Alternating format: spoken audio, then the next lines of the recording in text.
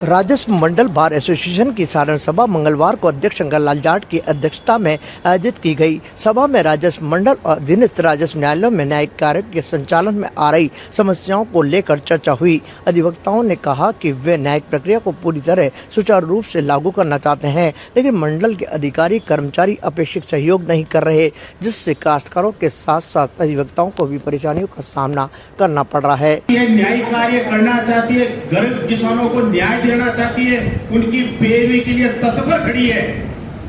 10 से 4 बजे काम कर रही है।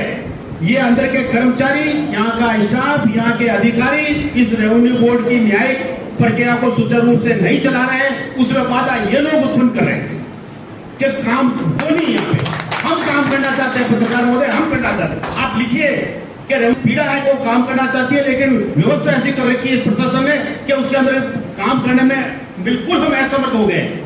हमें गुस्सा भी आता है वहां जाते तो क्या है, तो ये हालत हो गई है। सभा में अधिवक्ताओं ने कहा कि कई मामलों में पत्रावलियां समय पर बैंक के समक्ष प्रस्तुत नहीं की जा रही, साथ ही पत्रावलियों के साथ वकालतनामा, प्रार्थना पत्र और अन्य आवश्यक दस्तावेज भी संलग्न नहीं की जा रहे। जिन प्रकरणों में निर्णय हो चुका है उनमें भी अधीनस्थ न्यायालयों की पत्रावलियां उपलब्ध नहीं कराई जा रही, जिससे न्यायिक कार्य प्रभावित हो रहे हैं। आज राजस्थान रेवेन्यू बार एसोसिएशन की साधारण सभा बुलाई गई है। उसमें दैनिक न्यायिक कार्य में जो आ रही अव्यवस्थाएं, बाधाएं, कई प्रकार की समस्याएं चल रही है वर्तमान में, जिन्हें हमने पूर्व में भी प्रशासन को चेताया था कि इन व्यवस्थाओं को सुदृढ़ रूप से सुधारने का प्रयास किया जाए, लेकिन उन्होंने अपनी मांगों पे किसी तरह का कोई ध्यान नहीं दिया।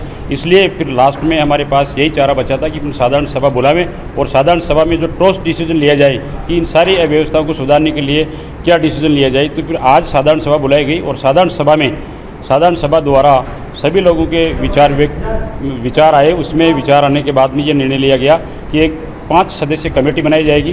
वो 5 सदस्य कमेटी इस प्रकार सारी समस्याओं के बारे में, जहाँ सेल में जहाँ भी समस्याएं हैं, उन समस्याओं के निराकरण के लिए वो निरीक्षण करेगी। निरीक्षण करने के पश्चात प्रशासन कमेटी को संतुष्ट कर देंगे कि सारी समस्याओं का निराकरण हमने लगभग कर दिया है और आप अपने कार्य को सुचारू रूप से करें।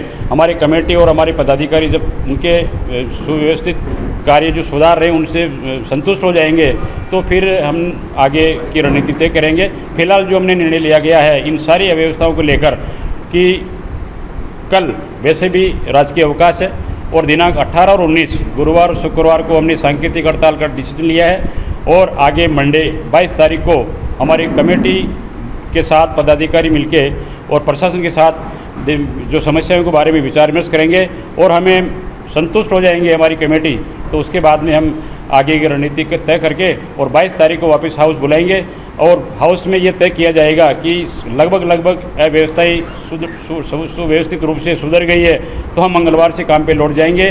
और अगर व्यवस्थाएं ऐसी अव्यवस्थाएं रही तो हम मंडे को मीटिंग जो हमारी होगी उसमें ये डिसीजन लिया जाएगा कि जब तक कोई व्यवस्था सुदृढ़ रूप से सुधर नहीं जाती है तब तक हम काम पे नहीं लौटेंगे। साधारण सभा में उपस्थित सभी अधिवक्ताओं ने अपने अपने विचार रखे। चर्चा के बाद सर्वसम्मति से निर्णय लिया गया कि समस्याओं के समाधान के लिए समिति का गठन किया जाएगा। ये समिति राजस्व मंडल प्रशासन के साथ वार्ता कर न्यायिक प्रक्रिया से जुड़े कार्यों को सुचारू रूप से संपन्न कराने का प्रयास करेगी।